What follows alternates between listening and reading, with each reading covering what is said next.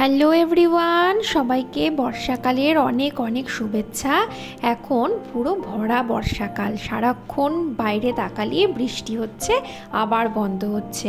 এমন এক সময় বৃষ্টির দিনে এই মাছের যদি দেখা পাওয়া যায় তাহলে আর না বানিয়ে উপায় নেই। চলো রান্নাটা শুরু করি।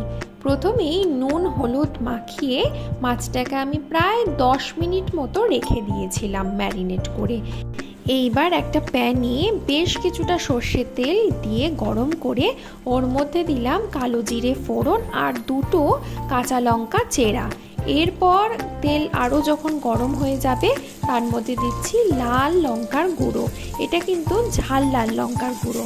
তারপর 1 চামচ দিলাম হলুদ গুঁড়ো। তেলের সাথে নাড়িয়ে মশলাগুলোকে একটু নাড়িয়ে দিলাম। দেখো অনেকটাই ভাজা ভাজা কিন্তু হয়ে এসেছে। এরপর আমি সামান্য একটু আদা কুচি দিলাম, এটা আমি গ্রেট করে নিয়েছি, সেটাই এর মধ্যে দিলাম। এটাও একটু ভাজা ভাজা হোক, ততক্ষণ চলো আমরা একটা পেস্ট বানিয়ে নিই, যেটা এই রান্নায় কিন্তু লাগবে। কালো সর্ষে নিয়ে নিয়েছি 2 চামচ, 4টে কাঁচা লঙ্কা নিয়েছি, নুন দিয়ে জল দিয়ে আমি ভিজিয়ে রাখলাম 10 মিনিট। 10 মিনিট হয়ে গেছে। এরপর আমি এর মধ্যে পোস্ত অ্যাড করলাম। এবার সব কিছু আমি পেস্ট করে নিচ্ছি। পেস্ট বানানো আমাদের তৈরি। এই পেস্টটা দেখে নিশ্চয়ই তোমরা বুঝতে পেরে গেছো যে আজকে আমি কি বানাতে চলেছি।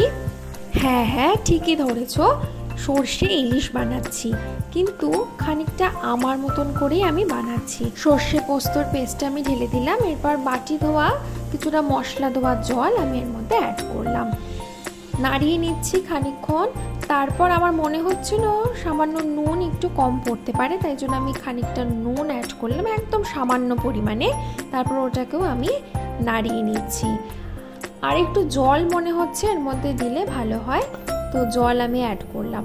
এরপর এই ঝোলটা যখন নাড়তে নাড়তে একটু ফুট ধরবে তখন আমি এর মধ্যে ওই যে ম্যারিনেট করে রেখেছিলাম যেই মাছটা নুন হলুদ মাখানো, সেই কাঁচা মাছই আমি এর মধ্যে কিন্তু দিলাম।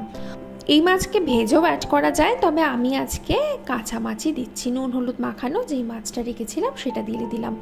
এরপর ঝোলের সাথে মাছগুলো একটু গা মাখা করে নিচ্ছি সামান্য খুন্তির সাহায্যে। দেখো এরপর আমি এর মধ্যে 2টো চেরা কাঁচা লঙ্কা অ্যাড করছি, করে ঢাকনা চাপা দিয়ে 10 মিনিট আমি ঢাকনা বন্ধ করে এটাকে রান্না করতে দেব।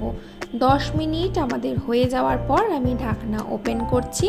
দেখো আমাদের সর্ষে ইলিশ প্রায় হয়ে গেছে, কিন্তু এই সবশেষে একটু সর্ষের তেল ছড়িয়ে না দিলে সর্ষে ইলিশের যেই ফ্লেভারটা সেটাই কিন্তু অসমাপ্ত থেকে যায়। চলো সর্ষে ইলিশ আমাদের একদম তৈরি। ভালো লাগলে লাইক আর সাবস্ক্রাইবটা করে দিও। এখন চলো বাই।